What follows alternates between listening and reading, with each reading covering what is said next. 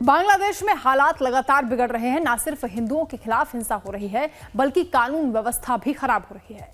बांग्लादेश में दो मौलानाओं के समर्थक आपस में भिड़ गए और इन समर्थकों में जमकर हिंसा हुई। हैरानी की बात यह है कि हिंसा इज्तिमा के मैदान पर कब्जे को लेकर हुई। दूसरी तरफ भारत में हथियार तस्करी की कोशिश के मामले में सजा पाने वाले बांग्लादेश के पूर्व गृह राज्य मंत्री को बरी कर दिया गया।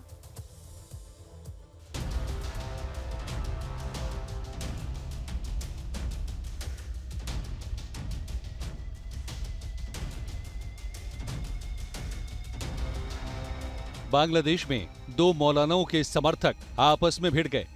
इज्तिमा मैदान पर कब्जे को लेकर दो मौलानाओं के समर्थकों में हिंसक झड़प हुई। इस हिंसा में कई लोग घायल हुए और कुछ लोगों की मौत भी हो गई। झड़प भारत के मौलाना साद और बांग्लादेश के मौलाना जुबैर के समर्थकों के बीच हुई। इस मारपीट में 100 से ज्यादा लोग घायल हुए हैं। हिंसक झड़प में 7 लोगों की मौत की भी खबर है। इस झड़प के बाद इलाके में धारा 144 लागू कर दी गई। इलाके में शांति बनाए रखने के लिए सेना उतारी गई है। झड़प में घायल लोगों को ढाका के मेडिकल कॉलेज में एडमिट कराया गया, जहां एक बार फिर झड़प हुई। ये पूरा मामला ढाका से करीब 40 किलोमीटर दूर टोंगी मैदान पर इज्तिमा करने को लेकर हुआ। इस मैदान पर दोनों मौलाना इज्तिमा करने पर अड़े हुए हैं। मौलाना साद टोंगी मैदान पर इज्तिमा करने पर अड़े हुए हैं। मौलाना जुबैर समर्थकों ने इज्तिमा मैदान पर कब्जा कर लिया था।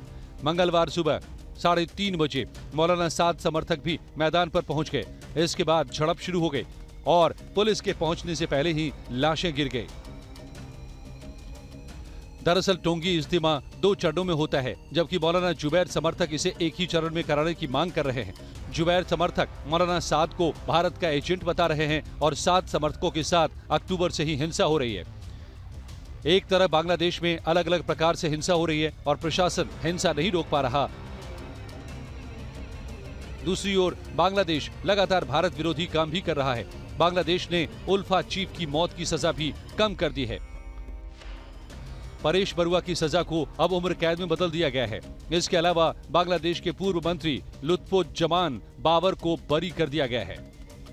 पूर्व मंत्री के अलावा बांग्लादेश के 5 अन्य लोगों को भी बरी कर दिया गया है। इन सभी को हथियार केस में दोषी पाया गया था। बांग्लादेश के इतिहास में ये सभी आरोपी सबसे बड़ी अवैध हथियारों की खेप मामले में आरोपी हैं। 1 अप्रैल 2004 को चटगांव में हथियार और गोला बारूद से भरे 10 ट्रक पकड़े गए थे। इनमें AK-47 assault rifle, rocket launcher, rocket shell, pistol, hand grenade और कारतूस शामिल थे। इस केस में पूर्व गृह राज्य मंत्री लुत्फुज्जमान बाबर दोषी पाए गए थे। इसके अलावा परेश बरुआ को भी इस केस में दोषी पाया गया था। हालांकि परेश बरुआ अभी कहां है, ये जानकारी किसी के पास नहीं है। कुछ लोगों का दावा है कि वो म्यांमार में कहीं छुपा हुआ है। परेश बरुआ असम में भारत विरोधी काम करता रहा है और भारत में भी वांटेड है। Bureau report, live times.